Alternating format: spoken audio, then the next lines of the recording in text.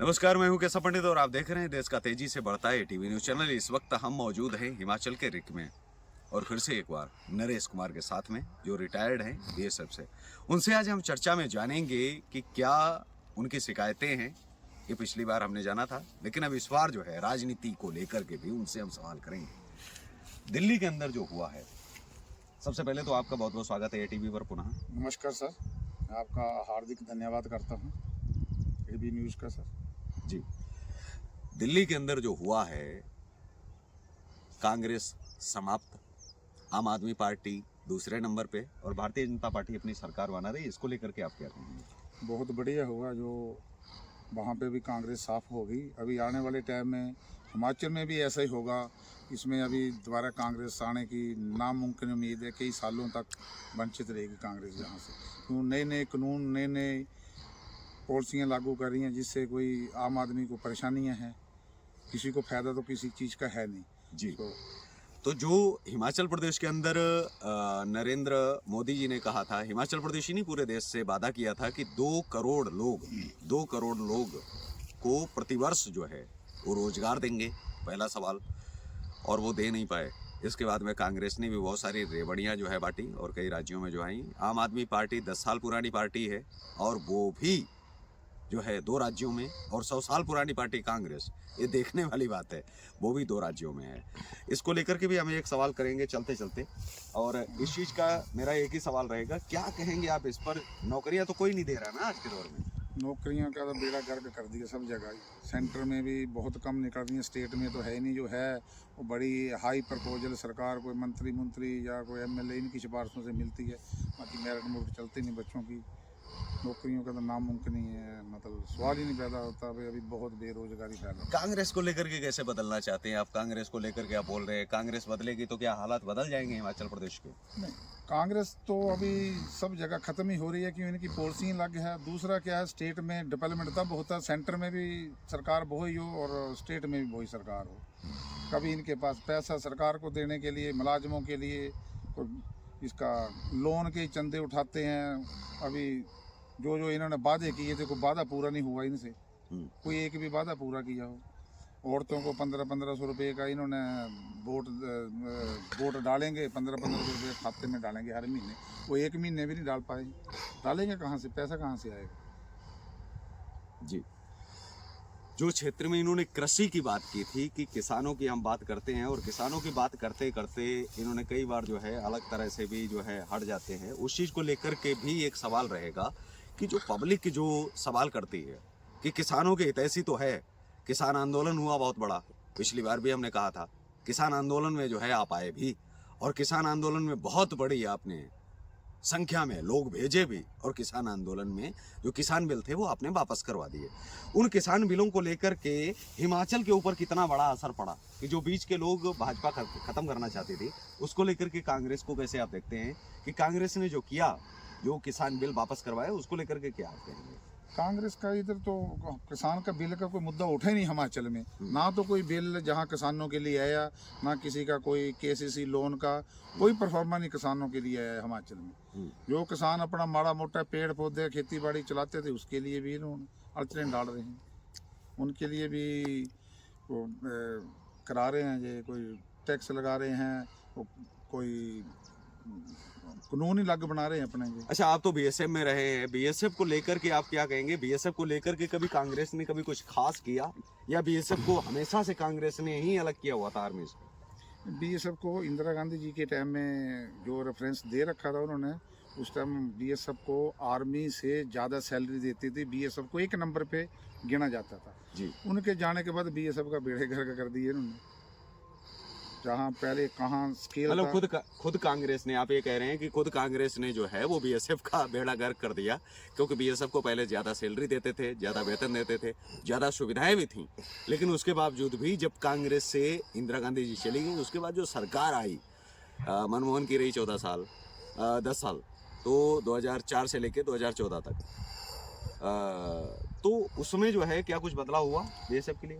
बहुत सारा इन्होंने, देखो पहले सीएपी के लिए इन्होंने पेंशन ही छोड़ी। एक जवान 25 साल 30 साल नौकरी करके आता है, कोई अंगहीन हो जाता है, बॉर्डर में एंजॉय हो जाता है, गोली लग जाती है, कोई एक्सीडेंट, उनको बेचारों को पेंशन नहीं है। 20, 25, 30 साल जो भी नौकरी करता है, ये आप तो सदन में आते 5 साल रहते हैं, दो पेंशन इनको, कोई 4 बार बन गया दो पेंशन। अभी हमारी सरकार में देख लो, हमारे जो इस टाइम सीएम साहब है, चौथी 5वीं बार बन गए, पाँच पेंशन ही होगी इनकी। मिसेज को भी अभी जीत के पेंशन होगी।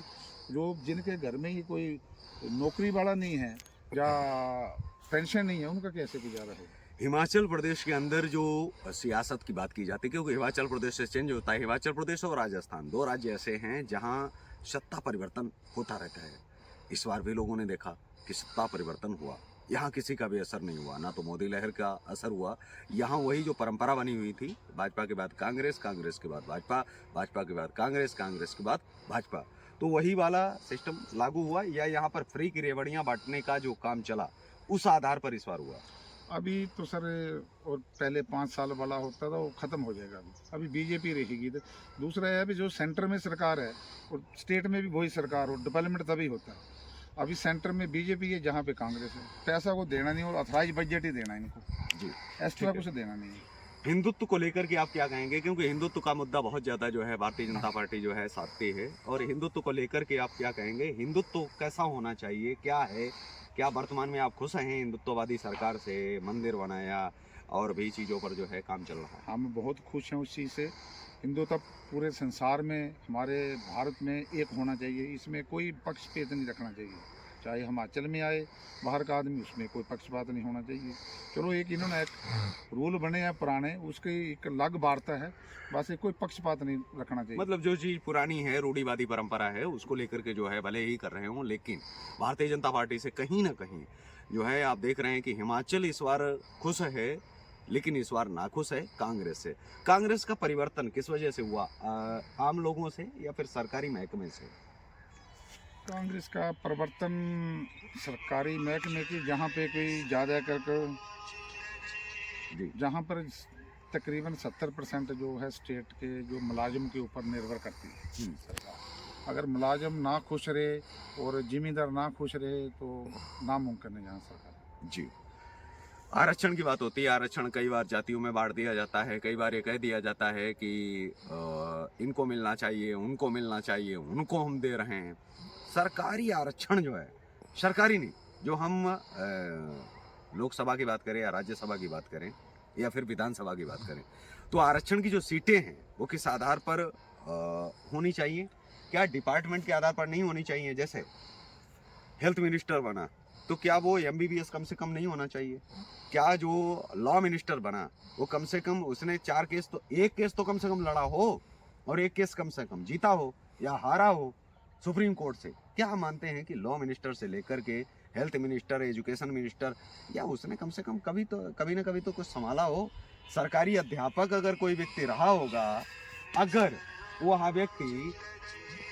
वह व्यक्ति बनता है एजुकेशन मिनिस्टर, शिक्षा मंत्री, तो वो बेहतर ज़्यादा एजुकेशन को लेकर के चल सकता है। क्या, कैसे आप देखते हैं? क्या सरकारी विभागों के आधार पर ही जब डिपार्टमेंट बनाने हैं, मंत्रालय बनाने हैं, तो फिर सरकारी विभागों से इतनी नफरत क्यों? उन्हीं विभागों से निकले हुए लोग क्यों नहीं आ सकते? ऐसे जैसे सेंटर में मिनिस्टर बनते हैं ना, वो एक्चुअली जैसे डिफेंस मिनिस्टर है वो आर्मी कोटे से देना चाहिए, जैसे होम मिनिस्टर है वो CAP से देना चाहिए, हेल्थ मिनिस्टर है वो हेल्थ डिपार्टमेंट से देना चाहिए। उस ऐसा आरक्षण हो जाए, लॉ की जगह हो जाए, एजुकेशन एजुकेशन की जगह से, तो क्या उस सरकार को बेहतर चला सकेगा, बेहतर तरीके से। काफी समस्या, आज 50% समस्या सॉल्व हो जाएंगी। मतलब संसद के पटल पर जो है रखने वाले लोग अगर उसी डिपार्टमेंट से होंगे तो वो ज़्यादा बेहतर तरीके से रख पाएंगे। एक तो उनको डर नहीं होगा, पहला डर ये नहीं होगा कि अगर कोई एजुकेशन से निकला है तो वो एजुकेशन से अगर कोई सरकारी मास्टर रहा है, अगर वो आरक्षण के तहत जो है अगर कल को वो संसद बनता है, तो संसद में अगर जाता है, सांसद बनता है, तो वो ज़्यादा बेहतर बात रख पाएगा, क्योंकि एक तो उसको डर नहीं है कि अब उसको कोई जो है वहाँ से जो है निकाला जा सकता है। इसी तरह से अगर हम बात करें तो पुलिस की, कि पुलिस महकमे का भी आरक्षण होना चाहिए ताकि पुलिस की भी अच्छी बात हो पाए। 1861 काला कानून है जिस पर लगातार लड़ाई चल रही है, उसको लेकर के आप क्या कहेंगे?